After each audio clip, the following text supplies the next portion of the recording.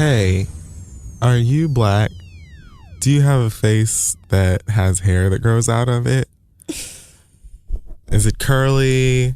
Do you have sensitive skin? Do you shave it? You probably do, or you know someone who does. So I urge you to get into our sponsors, Tristan Walker and the great people at Bevel, and go over to getbevel.com and use code THEREAD to get 20% off your first trial, your first month's trial. It's awesome. It'll take great care of you and have you looking sexy.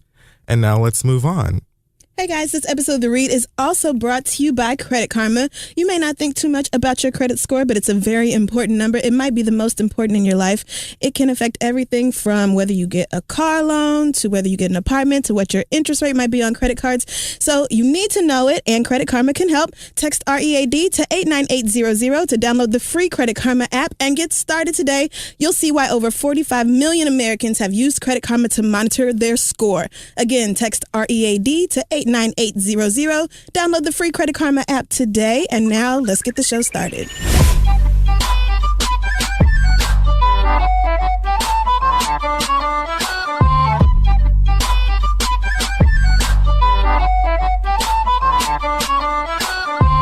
A new world hangs outside the window. Okay. Beautiful and strange. You don't know this song? Wow. No, I don't. It must be falling away. I must be. You didn't listen to Sound and Color, Alabama Shakes? Mm-mm. They're nominated for Album of the Year. Well, the thing about Alabama Shakes is... Did you never see the Samsung commercial where they sing it and it looks like a Apple computer screensaver? Well, I mean, of course, but why would I have paid, attention to the lyrics? Okay. I don't dislike Alabama Shakes, but I can't say they're my faves. But I am excited for them for, their Grammy nomination. I feel like they deserve it. I hope they win. Okay. Well, amen. I'm sure we'll get into It's a great album. All the Grammy nominations. So I am a Dade County Shake. Okay. And I am Alexandra McQueen. Oh, that's cute. Thank you. And this is The Read. It is. So what's been going on with you this week? How are you? What's up? Scratching out some of it. What is this that you're doing? Putting away my Sir, we're in the middle of a show. Payroll portions. All right. Okay. This is just Jesus. So yeah, life's great and so on and so forth, and okay, trying to stick to this journey of being a bad bitch. Mm-hmm. Are you running into some roadblocks along your way? I don't know. What? Maybe a little bit, just regular, average, general life. Okay. Whatever. Are you The okay? point is glow up. Yes. All right. The glow up. And winter is the perfect time to work on your glow up because everybody's walking around looking dusty and ashy and ready for, summer to come back around. So this is the perfect time to do it. Yeah. Yeah. Why not? Yes. And then unveil yourself in April in like your new bad bitch form. That is a long time from now. You have plenty of time to do it. You're and not just even thinking of it being that cold. You ain't even got that long to go. Oh, but God has really blessed us this winter so far. Actually, let's just thank him quietly. Let's just stick to ourselves, not say too much. Oh my and goodness. let's just give him a silent praise. Amen. You be looking out. So Black Excellence this week is going out to a young lady by the name of Kalia, I want to say Lanier. Okay. And she is Gatorade's National Player of the Year for volleyball. And so they've got like a bunch of ads with her face on it. She's 6'2". Wow.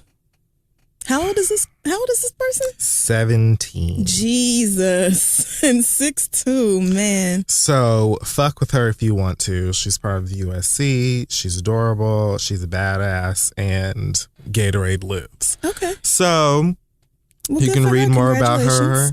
She's on USA Today. Gatorade tweeted this photo out of her where she looks like, future Serena, but with a different ball and sand. Okay. And all right. Yeah, proud of you. Shout out to her. Congratulations. Is she getting like a scholarship or something? What school is she going to? Or is she just... USA Today has loads of information. All right. You can also Google her. It's KHALIA Yes. LANIER. Get into her. She's awesome. Fantastic. This weekend, Beyonce, damn you. That was Jennifer Hudson.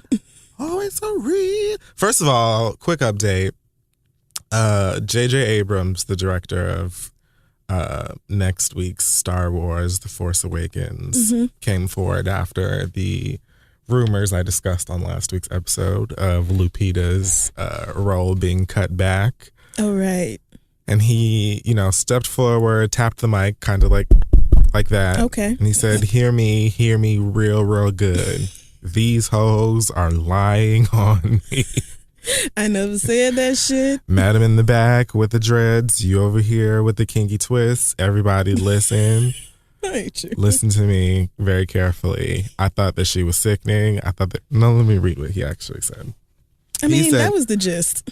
In truth, her performance wasn't satisfactory. It was spectacular. And then he went on to continue praising her. But I feel like the point is right there, was that she was awesome. Yes. And actually, a few fans pointed out that she's in, like, her character is in one of the posters, just real, real small. And she's like, I wouldn't have known. It's all CGI. She looks kind of like... So she doesn't look like herself at all? No, she looks like Tisha Campbell Martin. What? Or like... Yeah. So they made her light-skinned? What? For what? No, it's like an alien. Oh, wow. You're a mean person. No, I don't mean like... No, you just said... No, you actually do mean it because you just... don't you though? Because you kind of just said it. Like, you did. But it's fine. I like Annie Lennox or somebody. It's all about Lupita and the fact that nobody took her ass out of this movie. And she's doing heavy promo for the film. Amen. She's, super excited, and I am super excited. And thank you for that. And he also said that he feels like Ava, say her last name, please. Who? Ava who? The director. DuVernay? Yes. Yes. Because I always feel like it's Duvernay or something. Oh, like, look at you. I mean, it probably is. Like Creole or some shit. Probably. I don't know. If you go back into her history, it probably is. He feels like she would make a great director for a Star Wars film. And can you imagine, like, this badass black woman? No, because you can't imagine Star Wars. Never mind. But I did order the Ava DuVernay Barbie doll. Don't get it twisted. Isn't it cute? It is adorable. And it came today. I just haven't picked it up yet. So I haven't decided if I'm going to give it to somebody that I know or just keep it for myself forever and put it next to my Drake bottle. I feel like you should do that. Yeah. But you should also get it like a dream house. Okay. And then get like somebody on 125th or something to put furniture in it. Like Gucci furniture. Because it comes with furniture, but you mean like a Gucci overlay? Yeah. Like your couch? Okay. Right. All right. And like the house. Okay. Yes. And then like a bunch of fake shit. Just make like fine china, like gold plates in her kitchen and stuff. Oh, and just make it just like very opulent. Yeah. Okay. Like Mariah's apartment on Cribs. She does. Yes. She does deserve. You're right. I was on Mattel's website early, ready, waiting. I wanted that doll. I'm so excited. But anyway. Speaking of black amazing talents and queens. Is that what we're doing? Anika Noni Rose is apparently set to join the cast of the Starz drama Power. Okay. Power is 50 Cent's show, right? Power is 50 Cent's show that he continuously compares to Empire. Even though they're not that similar. And is Power better? Okay, so here's the thing. Because I've only seen one episode of Power, so I can't speak on it. I think I watched 42 minutes of the first episode. Okay. So we don't know. Maybe. All I know is I got to a scene where some white man, first it was like I was barely into it. And then this white guy says something like, I only do business with niggers. And I was like, you know what? I'm not enjoying this enough to keep going. I'm just not. First episode, you hit me with the white man and the nigga, though. Like, can you ease me into it? 1, maybe 2. I don't remember if they're 30 minutes or 60, but I just couldn't do it. Yeah, I mean, it makes sense. But if Anika Noni Rose is going to be on it. Well, bitch. I just might. I might have to actually go back and give this another run. Yes. Just not even because she's simply going to be on it, but because for a Tony winning badass to be like, I'm about to be on 50 Cent's show on Stars. There's something in the milk I'm mixing. Yeah. There's a nutmeg. There's something in there. There's like a hint. Because when you look at it just straight on, it doesn't make sense. Why would Anika Noni Rose do 50 Cent of all people, like, be on this show? Right. They must be coming up with some whole new storyline, some arc that nobody who watches it could think of. Like, I don't know how she's gonna come in and save the day, but I will have to find Stars. It's like Audra McDonald being on like House of Pain. Or when she did that musical with Carrie Underwood. No shade. I don't feel Carrie. like she expected that to go that direction. My God. It was just like Audra McDonald is up here in this stinking ass, hot ass. That's not her fault or her problem. It's not. It just doesn't make sense. When you see a grate in the middle of some mess, you like, how did this happen? It happens. I hope that's not what happens to Anika Noni Rose, but I will find it and I will watch it just to support her. I mean, Angela Bassett is still on American Horror Story. Listen, 3 seasons deep. I tried, and at first, American Horror Story Hotel was good because it was much better than last season, but them white gays have done some shit, and I just can't. Like, I literally cannot watch the television anymore because, I mean, first of all, people are dying by having crazy unprotected sex. Okay, this is funny to me. I will watch this, but then insane shit happens on this show to make you be like, okay, you know what? On the other hand, this man is chasing his dead son, his missing son, the ghost of his son. I don't know, the apparition. Like, what is this? He's chasing this nigga all over the hotel. Like, first of all, I watched The Shining for the first time a few weeks ago, maybe, and I realized that American Horror Story Hotel is basically that, but with beautiful gowns. Okay. Great gowns. All right. Great beautiful gowns. Beautiful gowns. She has great gowns. And I like American Horror Story. I like horror movies. I enjoy that genre, but this season has just been I just feel like Jesus gets up and walks out. Yep. Like, he's just like, all right, here we go, another 10 o'clock, and you just feel like this is the bullshit that you want to do. Right. All right, bye. Yeah, it disturbed my spirit, like, to the point where I would have to sit there for 15 minutes after the show went off and think happy thoughts, watch BuzzFeed videos of like puppies and shit. I had to like get myself back in a good mood to go to bed. Right. Like, I can't go to bed with that shit on my spirit. And I'm still waiting for them to explain that random school massacre, like that random I stopped high before murder. that happened. I'm like, they just killed a bunch of kids at school, and that was just the end of that portion of the story. I have not heard anything else. Maybe it's just art imitating life. Just because that's fun. what happens in America. I mean, okay. If 20 kids can get gunned down in America in real life and nobody cares, that shit still wasn't as scary as that white girl getting pushed down them steps in Empire.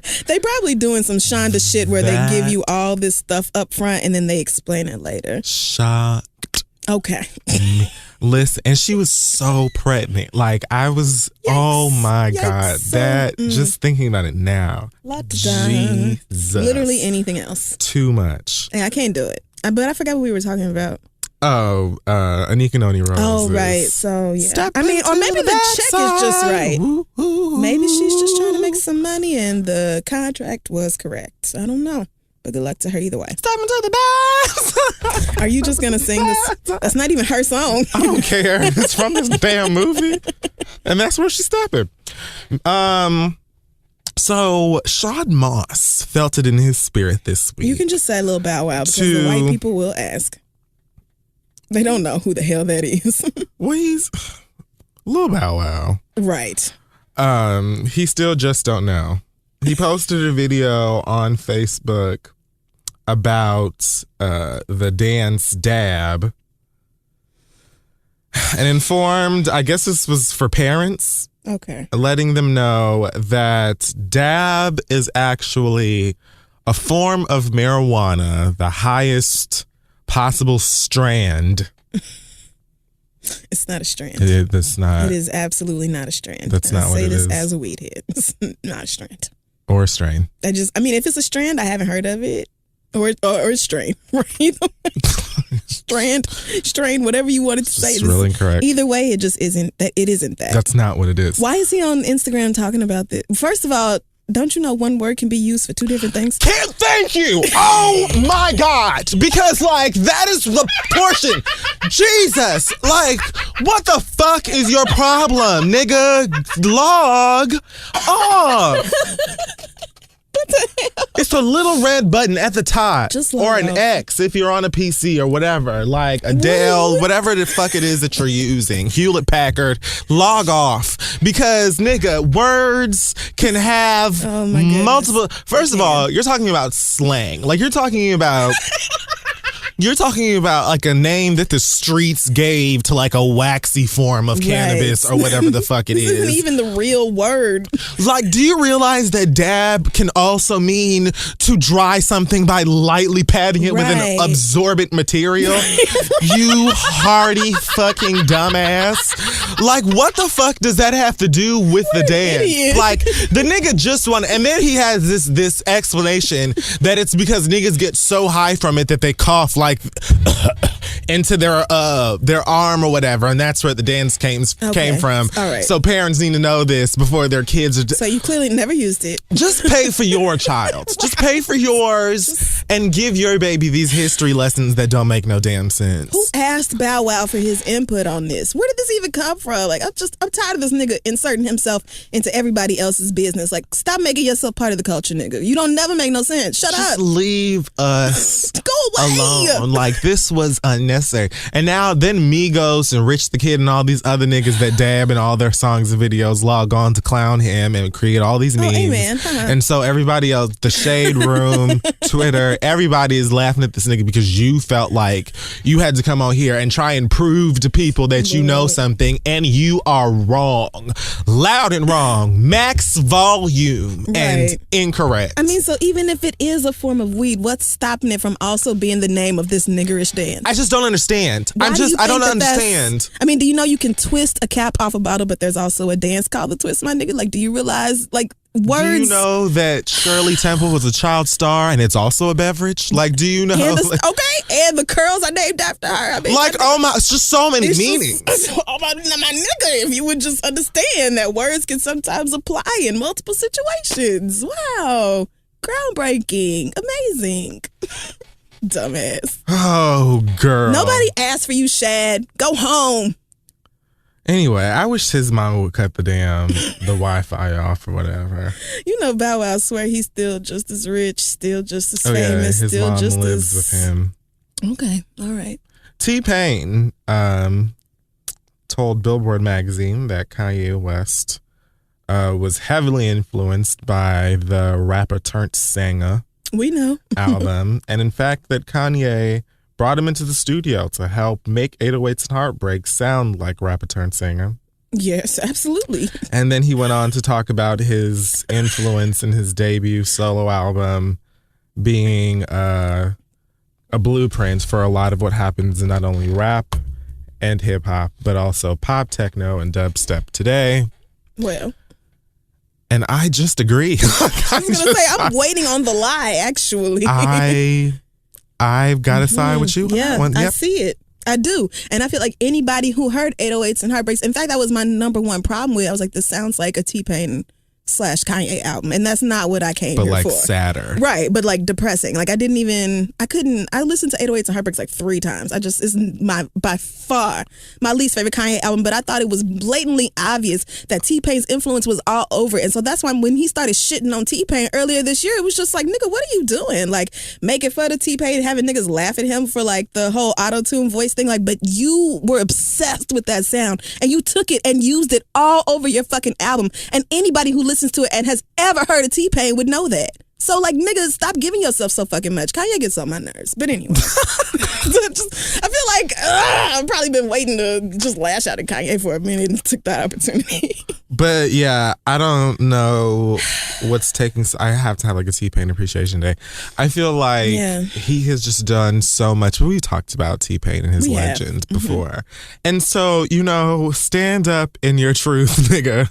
I mean, y'all not gonna act like T-Pain did not have y'all singing these intense love songs to strippers, like getting down on your knees and proposing to hoes in the club. Box Chevys Ballads, on 26s rolling down the fucking boulevard playing I'm Sprung. Had every last one of you niggas in love with strippers. Crying at them hoes. Tooth. All of y'all. 24 carats. These niggas are crying. I mean, you could act like T-Pain did not set off the strip club, did not set off the regular club, did not set off the house parties. I mean, but it's just a lie, and we all know it. And you could play a T-Pain record now, and niggas will still turn up. Anyway. I love him. Speaking of Kanye, Northwest has a brother. His name's Saint. Okay. Let's talk about the Wiz. Yes, nigga. I have been waiting. So, look, shout out. Should we just preface this by saying, I think that like the majority of the black community was kind of like bracing ourselves. Yes. We didn't really know what to expect from this. I think that a lot of us, we hold the Wiz very dear to our hearts. Whether it's the original stage production or it's the film with Diana Ross and Michael Jackson. But yeah, we just felt feelings. My biggest one was that Neo was in it. That was your biggest concern? I was worried about Mary. That was my biggest worry. Well, you know, the reason I said Neo is because Eveline didn't have as big a part as Neo but she did. had to sing. She did have to sing. But Neo's in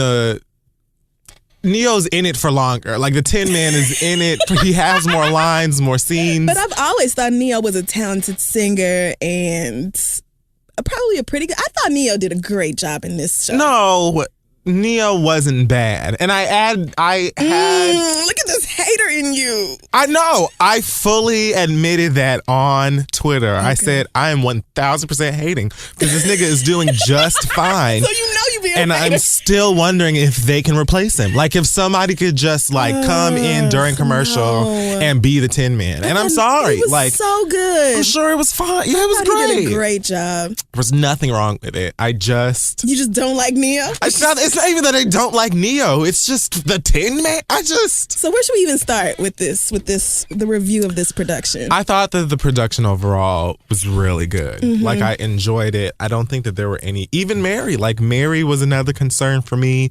And it wasn't even the singing, it was the acting. Because I just have yet to see Mary in something where she was acting and I was like impressed. And I thought that she showed her ass. Yeah, like I thought she absolutely did the best job in anything she has ever, like any movie or it was one of her best performances. Yes, it was a fantastic. Like she really did know bad news, and I was worried about that because I just didn't really see Mary as like really being able to embody that character. But she pulled off the song, and she was. I think the list of things I don't like about the Wiz Live is very shorter, right? Much than the list shorter of things. than that. Because the set I thought was so nice. I thought it was beautiful too. Every time they changed the set, I was like, this just keeps getting like more and more so gorgeous. good. It's so good. The makeup was good. The costumes were so amazing. The makeup and the costumes were so. Besides phenomenal. that tin fitted. Well, I feel like Neil made them give a 10 fitted. Right. Just like Mary made them give Eveline those over the knee boots. Those lace up knee high boots. Tell you niggas one thing. I will wear some magenta boots in this bitch or it won't be going down. My heels got to be at least 6 inches. I loved Let's get this together. Yeah, the only things that I didn't care for Dorothy's costume. I did not either. I thought it was. Well, I mean, it was garish, but more so, it was like, what are you wearing? Like, it's just this. It was a magenta and leather blazer with like a black top and then a black belt around her waist for no reason, and then a red plaid skirt. And then like sneaker wedges. And then sneaker wedges. It was just like, what is this girl supposed to? And then Aunt who is Stephanie Mills, is still dressed like a Negro handmaiden from like 1880s. And so it was just like, what is this? Like, I know they live in Kansas, but it's still 2015 in Kansas. Niggas do not dress. There was an H&M sale going down down in Kansas that day, bitch. And Dorothy got her a piece. That was my only thing. I didn't really like a lot of her costume. The things that they like made too modern. Like some things that are classic can just be can remain classic. Yeah. I knew before they started this shit that they were going to at least do the nay or dab or something once. I just knew it. But I said, look, I hope they ain't about to do these vine dances the whole night through.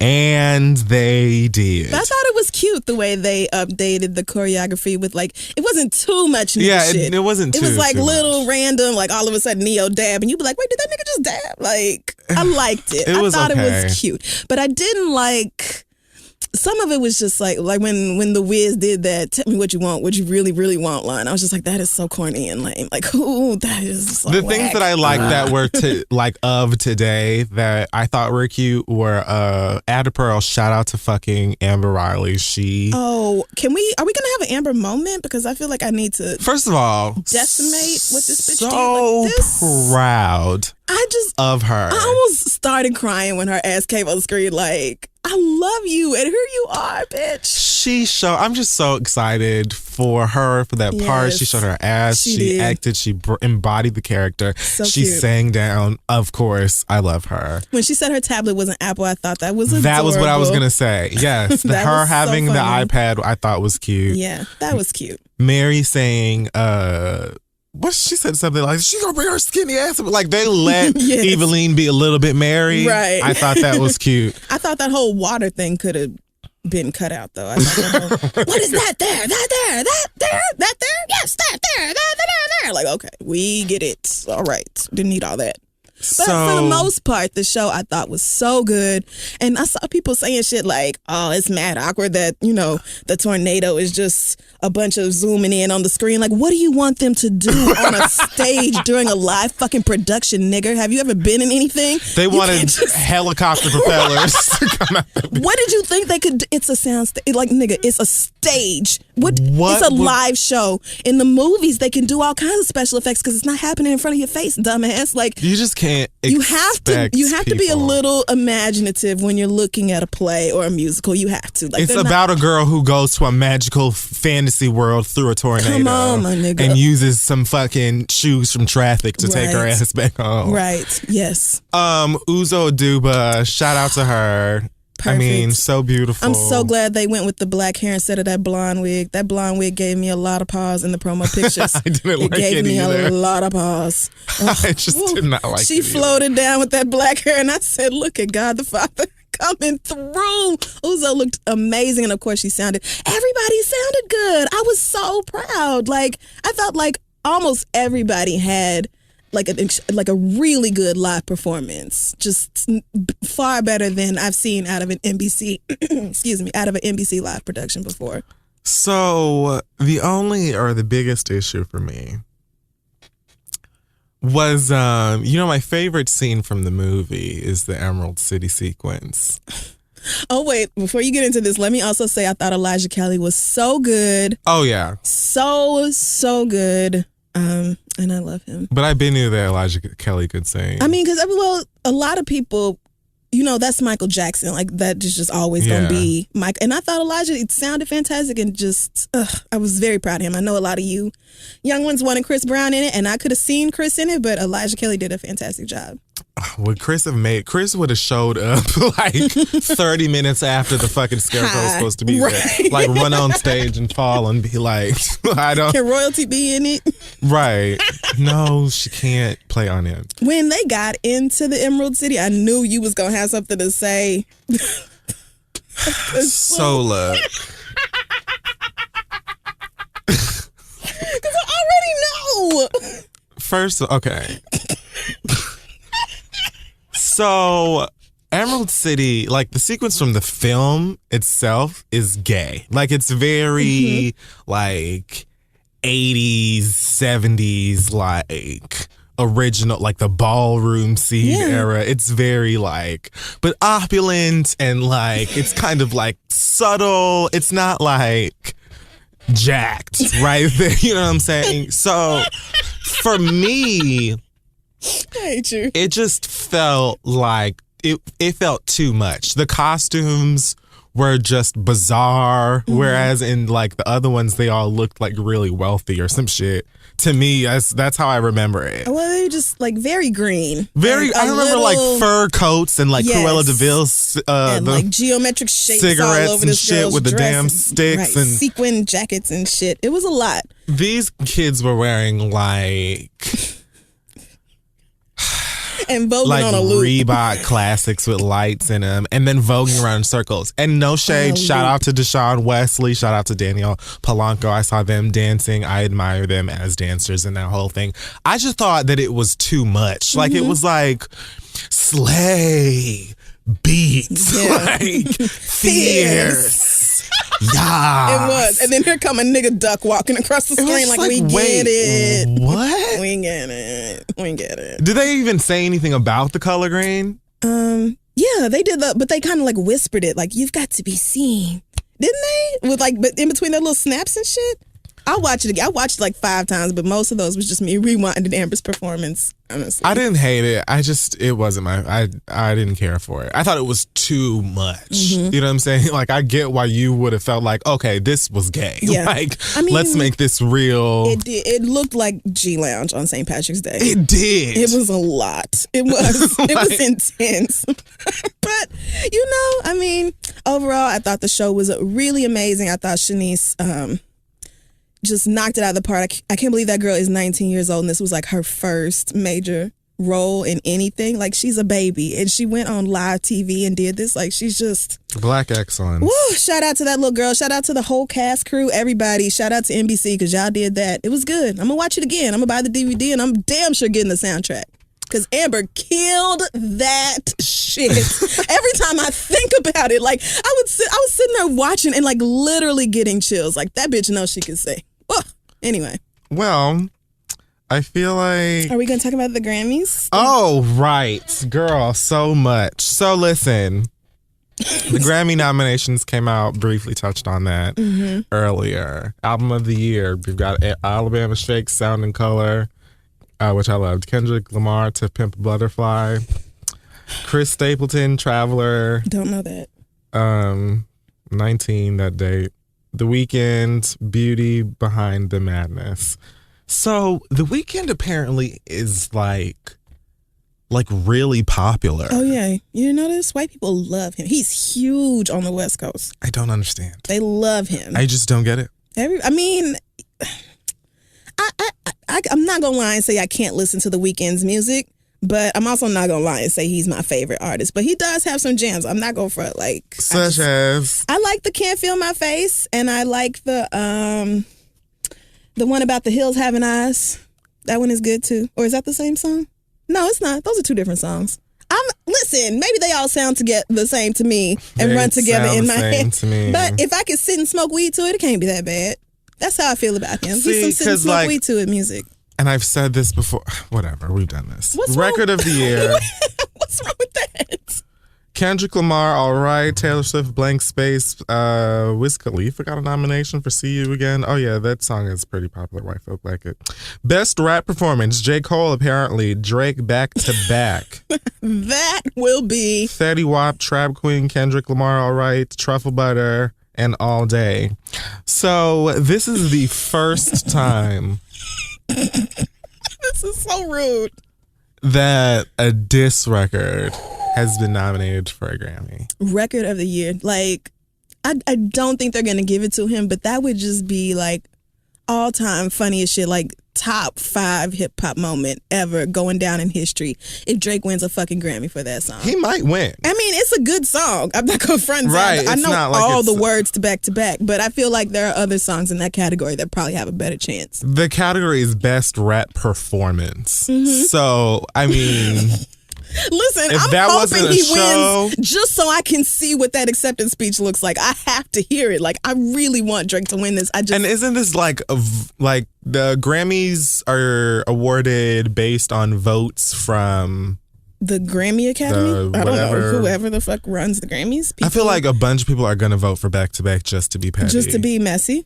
Maybe. I hope so, because I want to see this happen. I really want to see it happen, I just don't think the television gods will allow it. Something that amazing, like, it just seems like it's not likely, but well, I hope according so. to Meek Mill, Oh, girl. he says, quote, they tipping the scale for them suckers to win. #push. How? Who is tipping the scales for who to win? Apparently, Drake bought some more champagne for everybody involved with the Grammys. Did he really?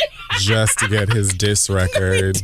No, I'm guessing. This has to be a joke. I'm trying to figure out what he's talking about. You know, Meek Mill is going to stay in his feelings about that because he feels like at the end of the day, he was right and Drake isn't writing all of his shit. But what he doesn't understand is that nobody cares. I don't even think that he honestly believes that. I think he does because he still maintains to this day that he's right about this and you niggas are just hating. I think that he wants it to be fact and he's going to keep saying it until like whatever Something nerve comes out. in his brain like snaps and it's real. Like it might be reality for him at this point.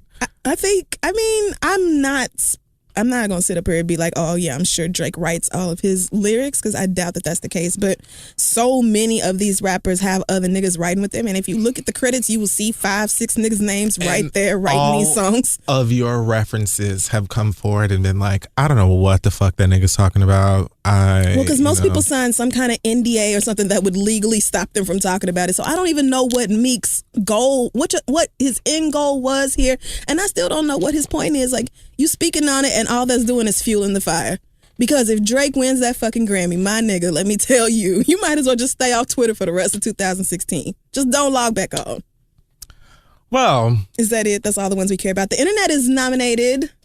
Yes, for Best Urban Contemporary Album. Right, with The Weeknd, which I also don't get, but whatever. So he's urban contemporary and R&B soul. You know, according to these white folks, I guess. I really hope the internet wins that category, but that's a stacked...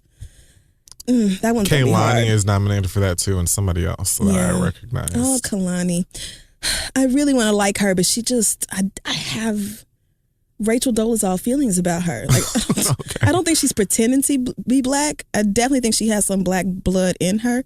I just don't think she has enough for me to be comfortable with her saying nigga the way she does.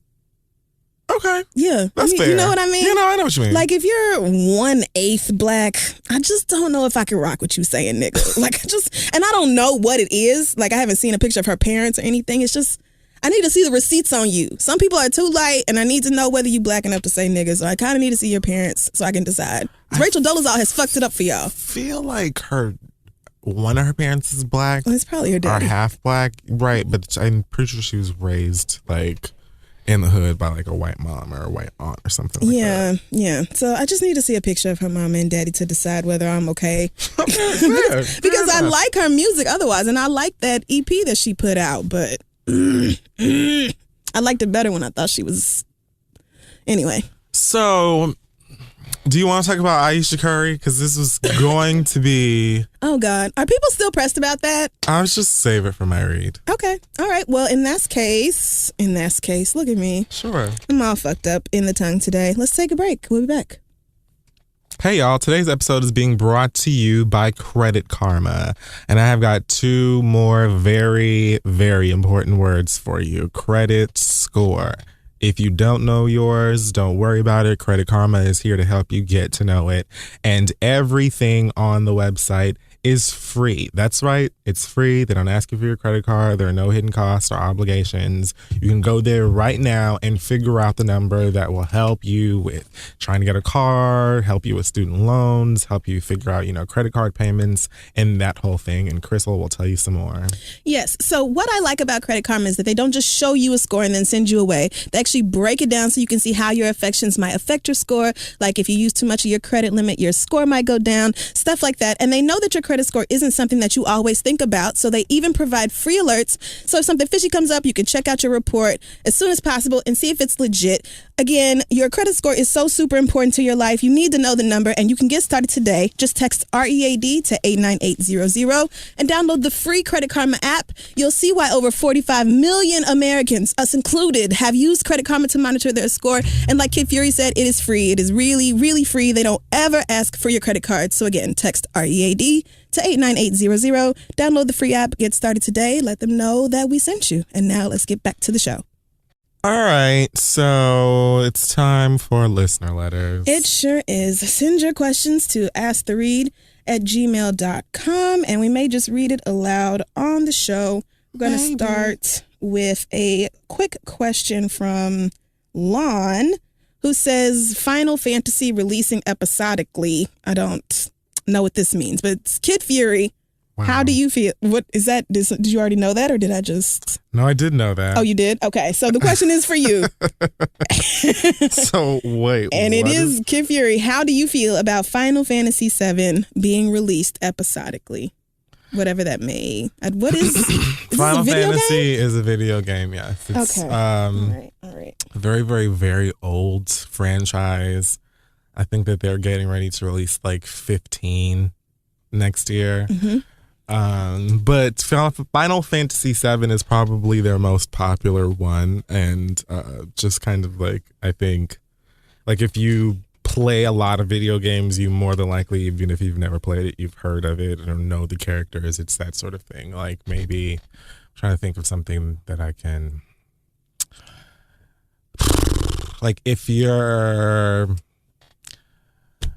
a Beyonce fan, it's just, nope, that doesn't, okay. I'm just trying to figure out how it would work for you. Well, you don't have to really make it make sense to me. But if you could, that would be helpful. It's like, for instance, with me, right? Like, no, can't give you a comparison there either. Damn. How complicated is this? Okay. Like, you've never really seen Star Wars, but you know who Jar Jar Binks is. Yes. I do. There, sure. So, like, even if you've never played Final Fantasy, but you like games, then you might, no. Then I'm like, where is that going?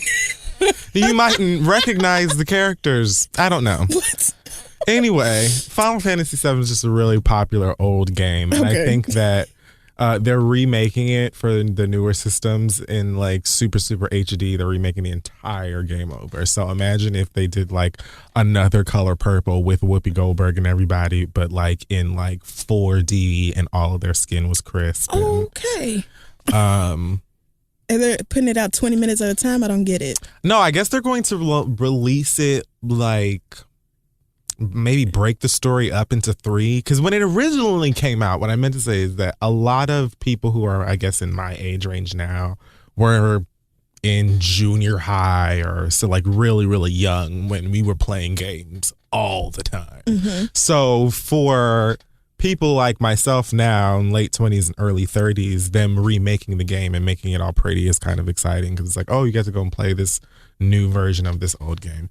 I'm excited. Like when they did Mario Brothers again. That was fun. Sure, right. Like them doing Mario like Brothers. That, but hopefully well. I thought the Mario game was very fun. Well, Mario has great games. Not all of them are, but Mario also has 5,000 games come out every single year. Really? What? Mario's like the highest selling video game franchise in the world. I thought there were like 5 Marios. What? 1, 2, and 3. And then the go-kart one. Mario Kart. That one.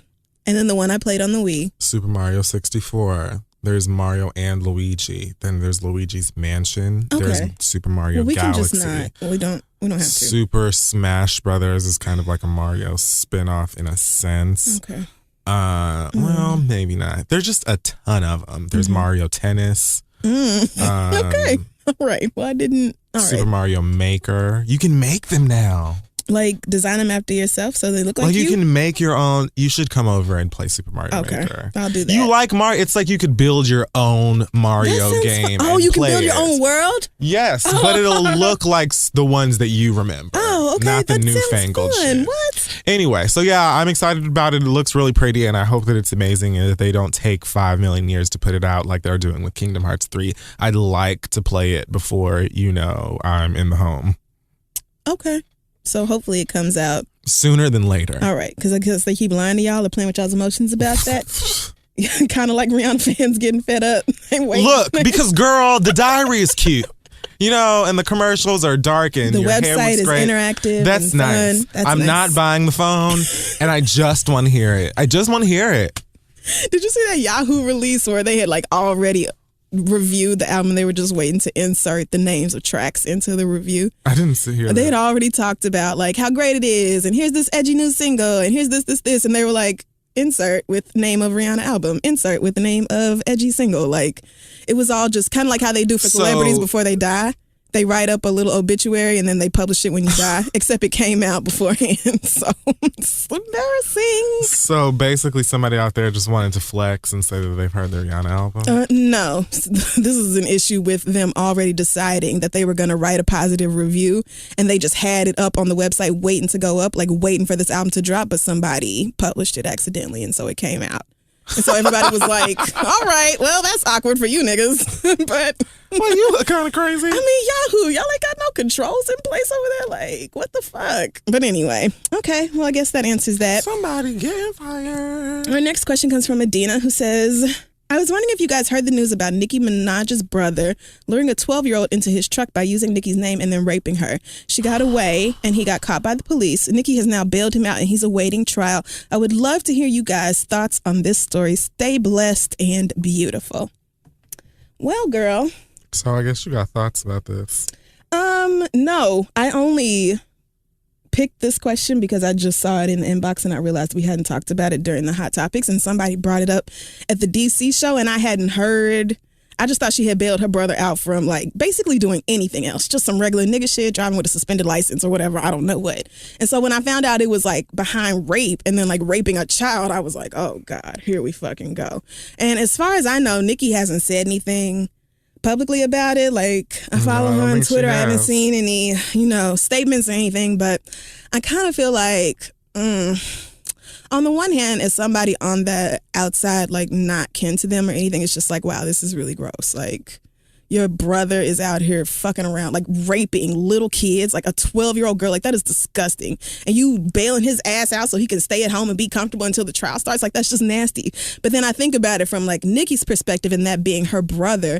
And I think how many people right now, if they had the money, would do whatever they had to do to get their loved ones out of jail or prison and like just have them back home regardless of what the fuck they did. So like on a human level, I can understand it. But when I look at the story, I'm like, wow, that's fucked up. Like, that is just disgusting, because I don't have no space in my heart for child rapists. And if it was my brother coming to me behind some child rape shit, my nigga, that is just, I don't even feel like I know anybody who would come to me with that. I don't even feel like I know people who would be like, yeah. You would have to lie to me and pray that I believe it. Because otherwise, I'll tell your ass, like I said, you gon' call this phone and tell me what the fuck you got locked up for. And I'm going to tell you, I'm sorry that you wasted your one phone call to call me. The first call you made would not have been to me. It wouldn't. You staying in there now, because I don't know what the fuck you about to do, because I'm not giving them a dollar, nickel, not a half pence. Nothing. Isn't that just like, ugh.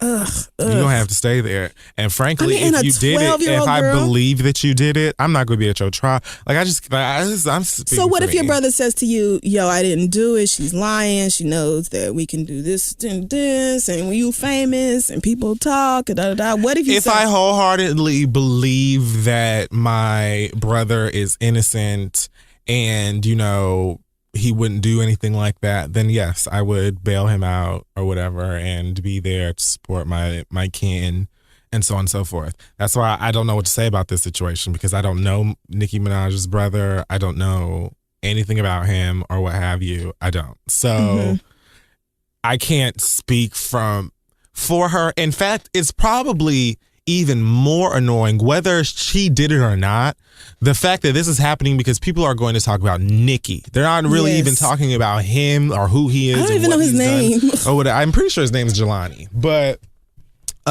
this is all going to be a Nicki Minaj story because that's how he is relevant to the media. Right. And so it's unfair that she even has to deal with the repercussions or the whatever, any bullshit or gossip or anything. Well, I think it's because she bailed him out. Like, I think if she hadn't bailed him out, probably people wouldn't even know about the story. No, because people knew about the story before she bailed him out. I saw it before he got bailed out. I'm just hearing about it, so I thought it was brand new. No, I saw it when it was Nicki Minaj's brother was just arrested. I don't know, shit. For X, Y, and Z. Woo. And then a day or two later is when she bailed him out. And when she bailed him out, I was kind of like, oh, what? but then I said, you know what? Maybe to her, he didn't do it. Maybe he didn't do it. I don't know. I don't know enough about this. But it's going to be very hard for me to tell a grown man, I think I believe you over this 12-year-old girl, just because I don't see why a child would lie about that. I don't even see how a child could get it in her head to lie about that, but that doesn't necessarily mean that something actually did happen. Like, anything could be the case. Right. It's just a matter of what you're willing to believe and whether you're willing to be like, okay, well, this is my brother and I don't really care. And no matter what he did, I'm going to hold him down, because that's how a whole lot of y'all feel. Like, you can sit up here in front, but when it comes down to it, you will have your brother's back, right or wrong, and you know it. And I feel that way in most cases. My brother could be dead wrong about a lot of shit, and I would still hold him down, but child rape is not one of those things. It's not for me. So that's what I'm saying. I don't know what to say about this situation. I feel like unless you have had a brother who was locked up for this same situation and called you to bail him out, I don't know how you can speak about that, because at the end of the day, what the fuck you're going to tell this woman that she should have left her brother in prison about a case that you don't know anything about? Like, that doesn't make any sense. No, it doesn't. So, I don't know. Good luck to... That's not really a good luck to you. Good luck to you, Nikki girl, because you didn't do shit to nobody. Like, I feel like you need to just have a meeting with all of the niggas in your life and just be like, y'all gonna have to chill. Sick of y'all shit. Right. Meek out here got you looking bad. Your brother out here got you looking bad. I buy you niggas Range Rovers and sending you on cruises and shit around the world, and y'all just want to act the ass. Is this the thanks I get for putting you niggas on? She already said it. Like, the men in Nikki's life continue to disappoint her. All right, last question comes from Samuel, who says, I'm bisexual, and this guy that I think I'm in love with is bisexual too. The thing is, he isn't out. One night he told me he liked me and was attracted to me from the moment that he met me, and after that I asked him on a date, and he said he just wants to be friends. Ever since then, whenever we're together, you are so rude. Ever since then, whenever we're together and we get drunk, we always mess around. Do you? And he tells me how in love with me he is. However, I don't think he has any intentions on ever coming out, and I don't bombard him about it because that's not what I believe in, and it's his own topic to deal with. However, it annoys me that when he's sober, he likes to act like nothing ever happens between us. What should I do? I'm sorry, no, that's not. It's just, okay. Please help. So, no, well, you go ahead. You got this. This is it's right up your lane. Wait a minute, bitch. What are you trying just to say? saying, you know about bisexual guys. What we all know bisexual guys. So listen, I call you would. Here's the problem with Trader Joe's. That's what this is. Right, bisexual guys who aren't out, that's basically trade, is it not? Yeah, I mean, thank you for bringing that up, because I feel like, you know what, if we're going to use the word, let's use the word correctly. Mm-hmm. Bow Wow, everybody out here who uses words and you just say them just because they're words. Let's look at, the origins of these things, like the meanings behind them. Important. All of that stuff is really important. Matters. I believe, from as far as I know in my gay history, trade started as a term to describe men, a lot of whom were bisexual or just straight, that were sleeping with other men in exchange for gifts, money, that sort of thing. Okay. Meaning, this nigga comes, breaks your back down, right, and you keep him in Jordans.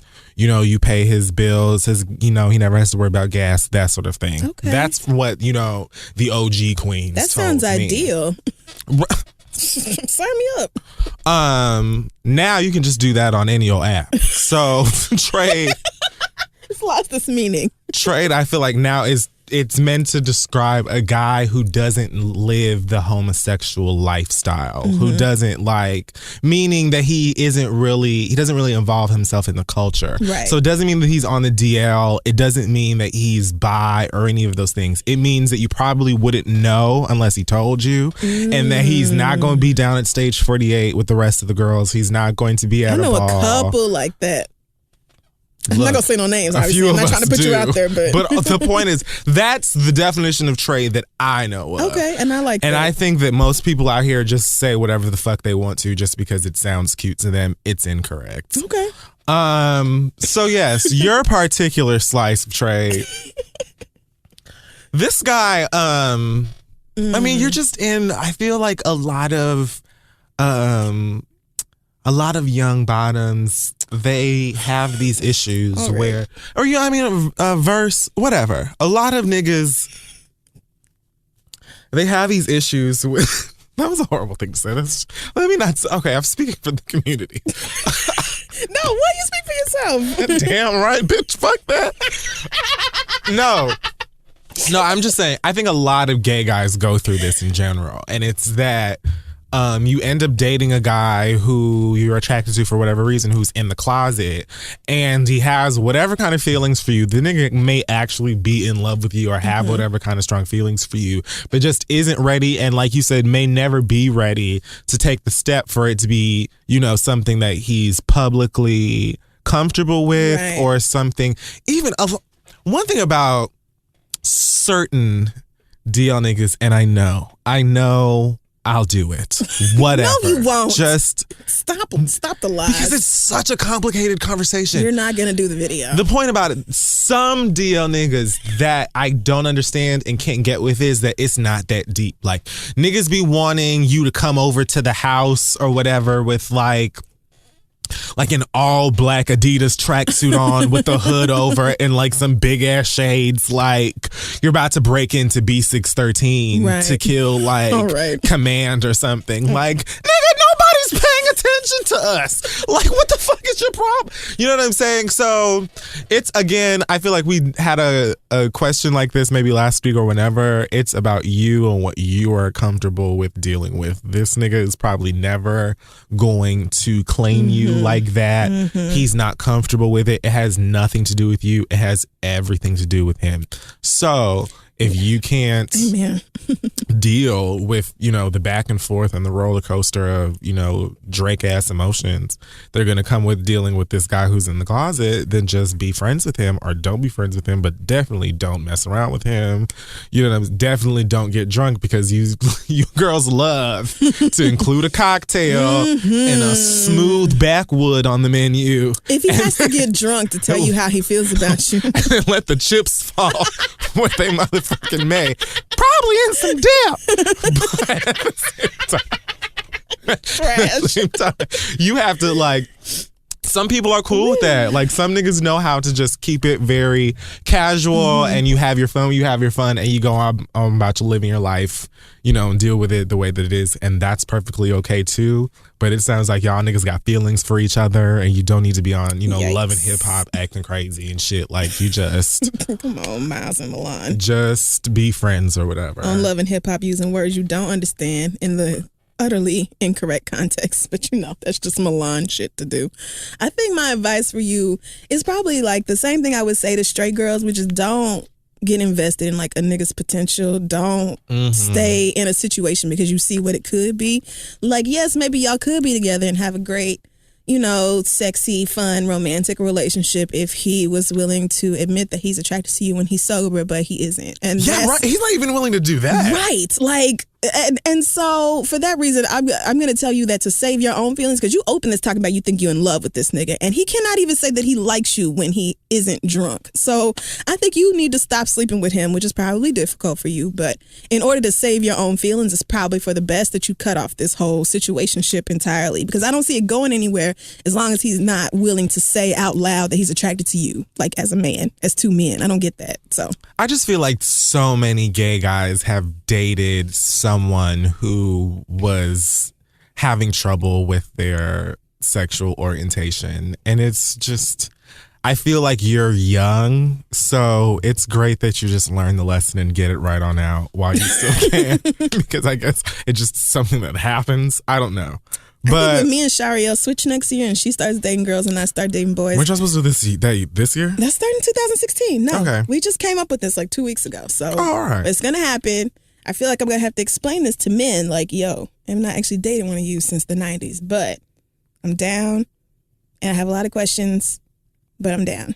You're going to last 4 weeks. You think so? Tops. This is what everybody says. Everybody's like, niggas are no, but see, niggas are the worst. They suck so bad. Everybody keeps saying that. Everybody's like, you're not going to find a man worth talking to, girl. It's not going to happen. It just... Being male, I guess for me, I understand a lot of the male perspective and just why niggas are the way that they are, so I can deal with it. I know you, and you're going to call Shariel like, so I know we said no backsies or whatever, but bitch, I need you to go ahead and give me my lane back because I'm not doing this. I'm just not doing it.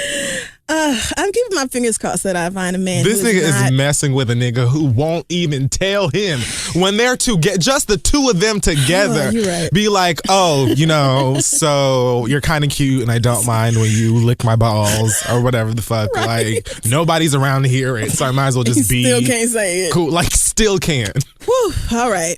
Okay, so if you have a question, send it to asktheread@gmail.com and we'll be back.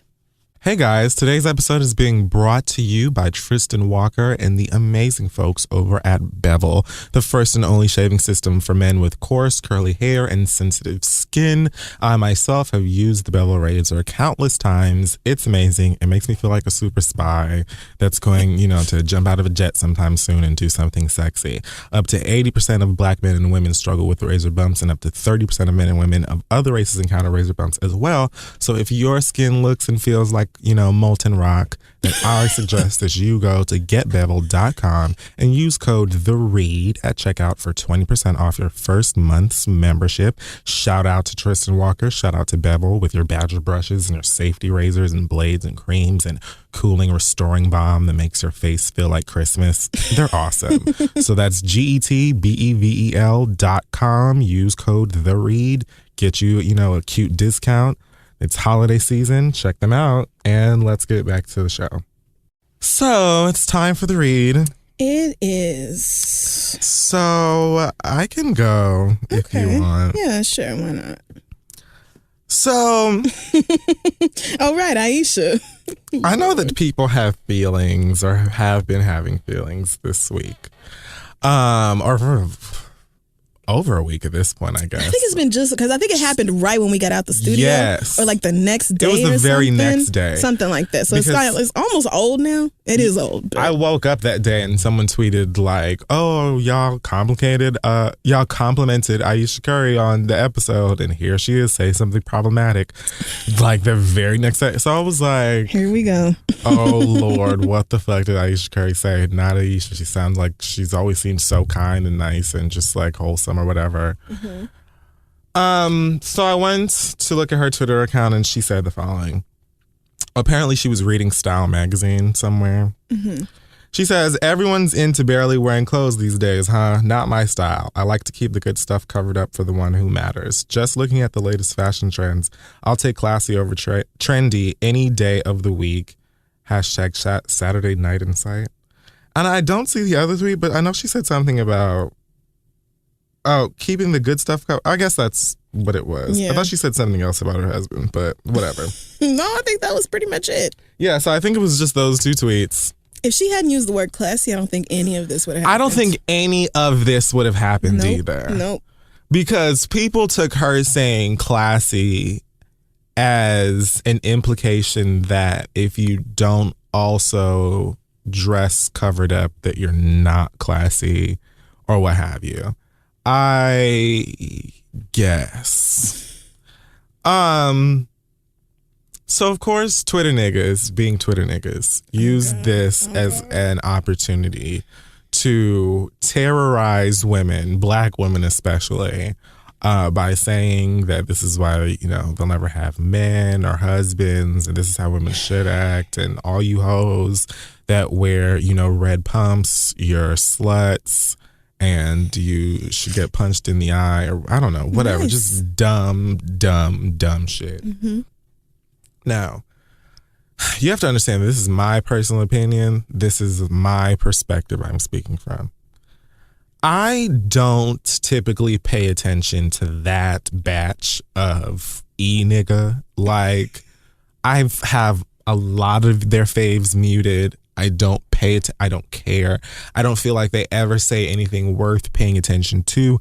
I've told women who listen to this show countless times, I don't even understand why you include them in my mentions talking about you need to read this faceless nigga who works at like Office Depot or somewhere random because he said something about black women. Like, it's great that he said that because you know not to ever cape for that nigga, not to ever champion for that nigga. You know that he ain't shit. So if you ever saw him somewhere, he did try to talk to to you, you would know to keep it moving. Because guess what? These niggas don't care about anybody that they don't give a fuck about nobody. You can be dark skinned, you can be light skinned, you can be clothed, you can be naked, you can be tall, you can be short, you can be black, you can be white, you can be whatever. These niggas just like to bash them because it's fun to them, because that's the type of dumbass that they are. And in my personal opinion, in my heart of hearts, I just don't feel like they are deserving of anybody's attention that has half a brain, any form of an education, self-respect, integrity, though, you know, thereon, therefore, such which as also. So the problem that I really had was I saw like a lot of women who were tweeting Aisha, and Lord. They were saying things like, well, you're the same bitch that will give your husband pussy if he makes 3-point shots or something. Like, she made a joke. Like, someone made like a meme or something of Steph and said something like, if you make sports. I don't know. It was related to a joke that she laughed at or something on the internet. Oh, hell.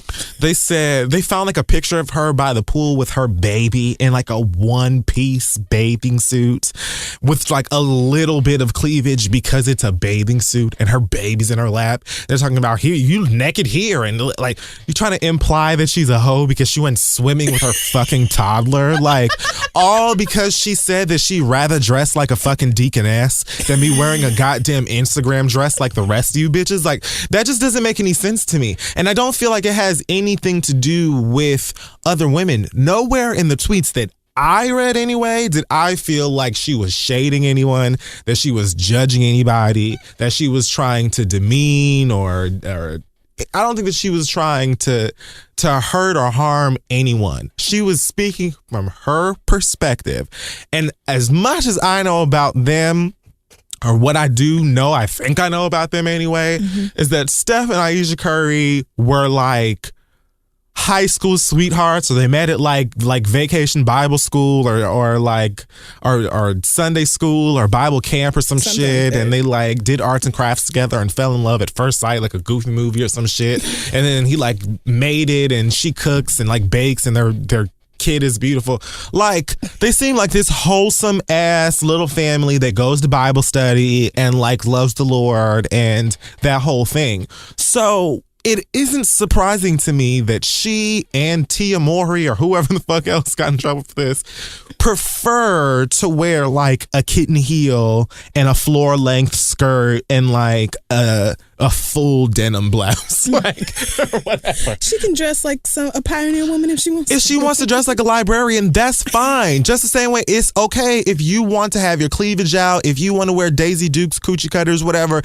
It should be okay for a woman to wear whatever the fuck she wants to. That makes sense to me. So you trying to bash Aisha Curry because she says she prefers to wear whatever style of clothes, and it gives niggas the reason to nig. Niggas don't go nig regardless. She could have came forward and been like, look, I prefer a pantsuit, but if you girls want to have your areolas out, I think that you should. And shout out to all you naked ladies. I got your back. And niggas would have still used it as an excuse to bash her and anybody else with a uterus. So I don't understand why. Yeah. Like, I could see how, and again, it's like you said, it's the classy. It's the word classy. Yep. I could see how you feel like she is passing judgment on people who don't dress like she does or don't have the same ideals that she does or whatever, the same preference.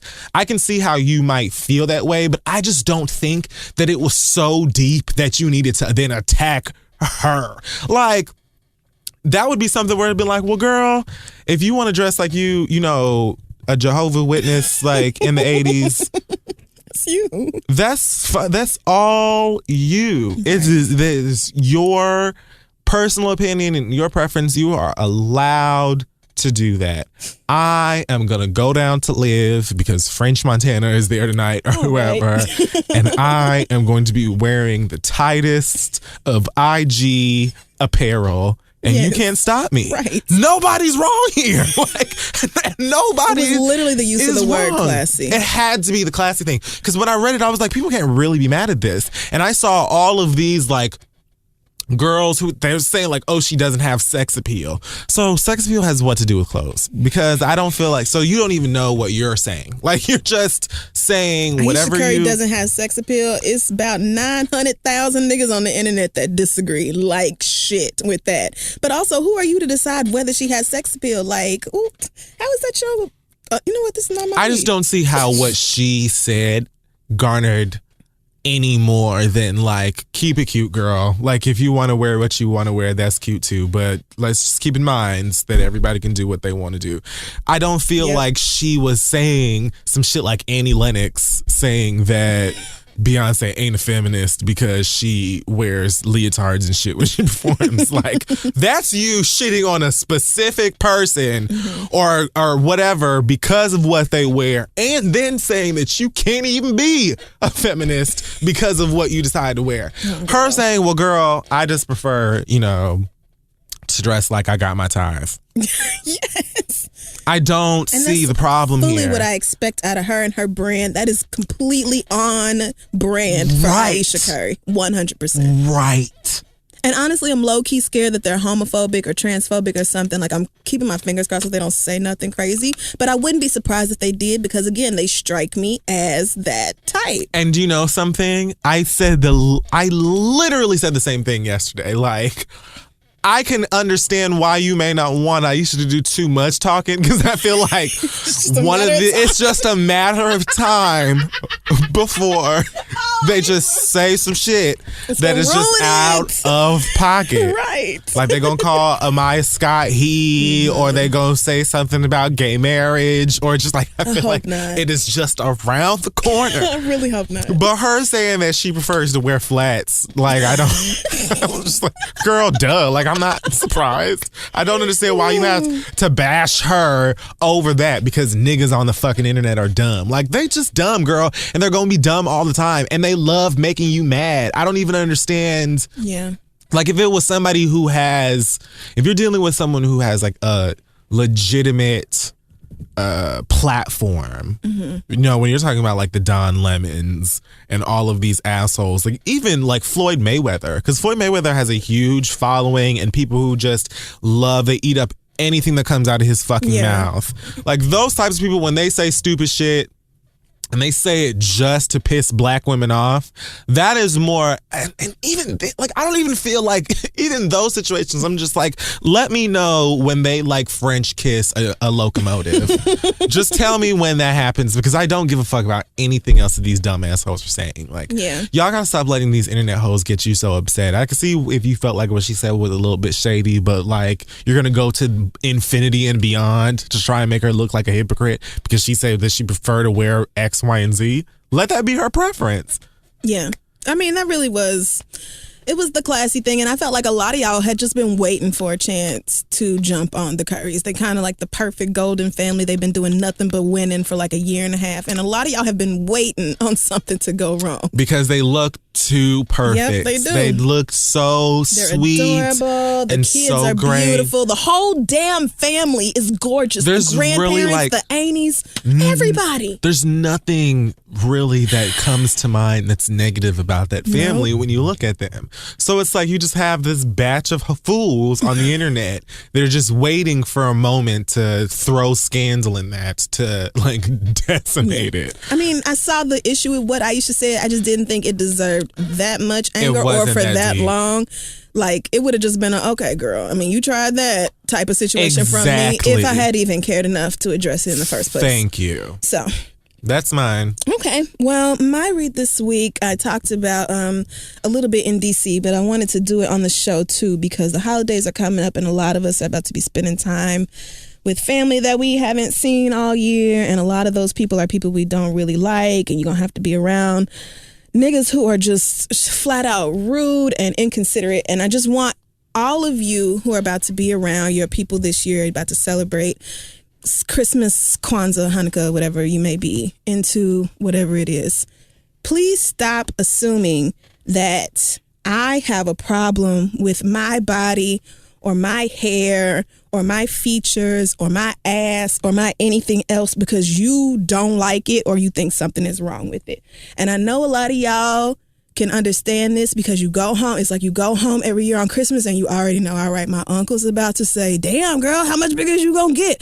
And my Meemaw's about to pinch my ass and be like, your ass about as wide as mine. And somebody is gonna ask me how my grades are. And somebody's gonna ask me how work is it. Somebody's gonna say, well, why did you do that to your hair? Like my daddy, oh my God, let me tell you how I had to cuss my daddy out 2 years ago at Christmas because I went home with short purple hair. And this nigga was like, I remember that. How are you going to have a job with purple hair? Nigga, I have a job. What you mean how I'm going to have a job? I have a job, obviously, that allows me to wear purple hair. But more importantly, I'm a grown-ass lady. I'm a grown-ass lady like with her own job, her own apartment. I pay a lot of goddamn money in taxes. And therefore, I'm going to do whatever the fuck I want to do. And if that means I want to squeeze my fat ass into a sequined mini skirt and like a bandeau top and just have these rolls out and do whatever the fuck crazy weave or whatever whatever I want to do with my hair, stop assuming that because you don't like it or you think, damn, she don't look good or damn, she's trashy or whatever the fuck else about me, that means I should have a problem with me. You niggas do not get to come up to me at no point in time and be like, hey, you, Crystal, something that you're doing in your own personal everyday life is offensive to me and I don't like it and you should change or stop it. You not feeding me, financing me, fucking me, and even if you were, you still wouldn't have that power over my life, my nigga. Nobody runs me but me. Nobody is gonna tell me that I'm insufficient in any way.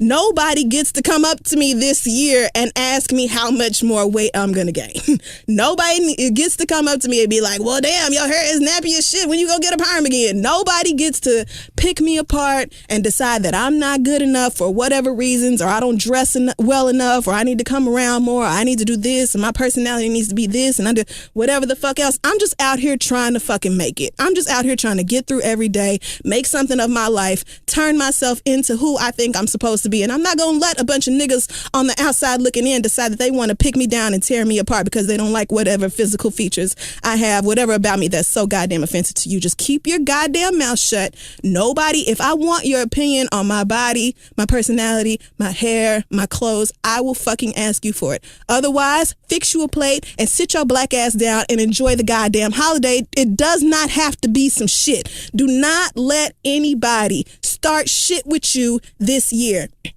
A lot of us are encouraged to keep quiet and be nice and just get along and don't say nothing or respect elders. That's a big one. Or don't rock the damn boat and don't be like this on Christmas and don't make it awkward. No, fuck them. Niggas shouldn't make you feel awkward. It's not your fault for retaliating. It's their fault for having the nerve to say something to you in the first fucking place. It's not your fault. You're not wrong. You shouldn't be admonished for saying, hey, fuck you. I'm a grown ass adult and I'm gonna do whatever I want. I like my body, I like my hair, I like my life, and you don't get to tell me that it needs to be any different. Fuck them niggas. Don't let your uncle, auntie, grandma, niece, nephew, play cousin, don't let nobody try you this year. Cuss them niggas out and let them know you're not the one. And that's it. All right. So, ooh, I'm done. Well, shout out to the day. Who? The day, like today. Oh, okay. Did something happen in particular? Oh, no. I just felt like giving today a shout out. Okay, I guess and also shout out to these chairs that could just use. You know, I think we're going to have to tell Chris, like, we need some new chairs in here. Like, I feel like we ought to have the budget to do these something. These chairs need oil and a heart. I mean, because can people hear this? Can people hear it on the show? I cannot imagine. They have to be able to hear it. Can y'all let us know if y'all can hear that squeaking and shit with these so raggedy ass? I annoying. mean, I feel like, really, we don't have the $40 to get another chair. They're decrepit. All right. So, but anyway, that wraps up the read this week. Check us out on Facebook, Twitter, and Instagram at This Is The Read. And of course, check out our website, thisistheread.com, for links to every episode and details on all the things going on with us. Shout out to Washington, D.C. We had a great time over the weekend with y'all at our third live show, sold out once again. So thanks so much, D.C. Y'all came out and supported and showed out like y'all always do. Yes, agreed. You have any news this week or nah? Yeah. Are you trying to find it in your email right now? Sunday, December 13th. Sorry, go ahead. Sunday, December 13th will be my first annual Kid Fury toy drive. Inaugural. Sorry, go ahead. I'm sorry. I'm reading literally what it says here, so it's not. I'm sorry, go ahead. I'm so sorry. I'm so sorry. I'm done. in association with Toys for Tots. It's going to be at the Nail Suite by Lisa Logan. Shout out to her. She's done Beyonce's nails a million times. From 3 to 6 p.m. That's the Nail Suite in Harlem, New York, Sunday, December 13th. You get free admission with the donation of an unwrapped toy. So just come on out. There'll be cocktails and things of that nature for the grown-ups. Oh, what? Drinks? Yeah. Man, okay. Oh, well, let me get some toys. It's going to be real cute. It's also, down the street. So... Oh, I don't have to get on the train either. Look at God. I heard a lot of people asking if they could donate, even if they didn't live in the New York area. You can also always go online. You can go to the Toys for Tots website, and they'll direct you to some local drives and so on and so forth. Or you could just Google Toy Drive or something. Just do something good for some, young person this holiday season. Buy them something cute, Oh my God, there have been so many sad stories. I feel like every year around Christmas is like the most heartbreaking shit happens. It does. So yeah, do something good. Also, January 16th will be the Furious Thoughts live show. It's going to be like my first public attempt at stand-up or non-secret attempt. It's just going to be a fun show. There will be jokes and laughs and thoughts and, maybe some cute little surprises and things of that nature. So I'm excited for this to see like what your format's going to be and everything. I think on Monday, yes, tickets will go on sale at kidfurylive.com. It's going to be at the SVA Theater here in New York City. So look out for that. You can get you some tickets if you're around the corner or something and come on out to the function next month. It should be a ball. Okay. Congratulations to you. Are you still nervous or not? You feel better about it now? Yeah, not really. I just want to, I think very big. Mm-hmm. And so my brain is like, oh, I'm going to do this. And then like one side of it is, I guess the right side is like, yes, let's go all out. The creative side? Yeah. Is that what side that is? And then the other side of my brain is just like, well, girl, you've got a month. You're not going to be able to like build a bridge or like probably not going to have any sets. A golden Beyonce statue. It's not enough time. It's not enough notice to book Blue Ivy at all. Right, it's just too soon. So, but it's going to be fun. It is. Shout out to you. Hey, thanks. Do we have an acronym this week or not? LSAD.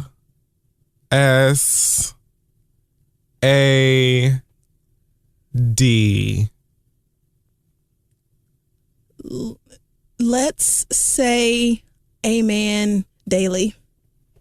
Lend Shad a dictionary. Bye. We will see y'all. I just don't understand what. Nobody asked you, Bow Wow. I'm going home.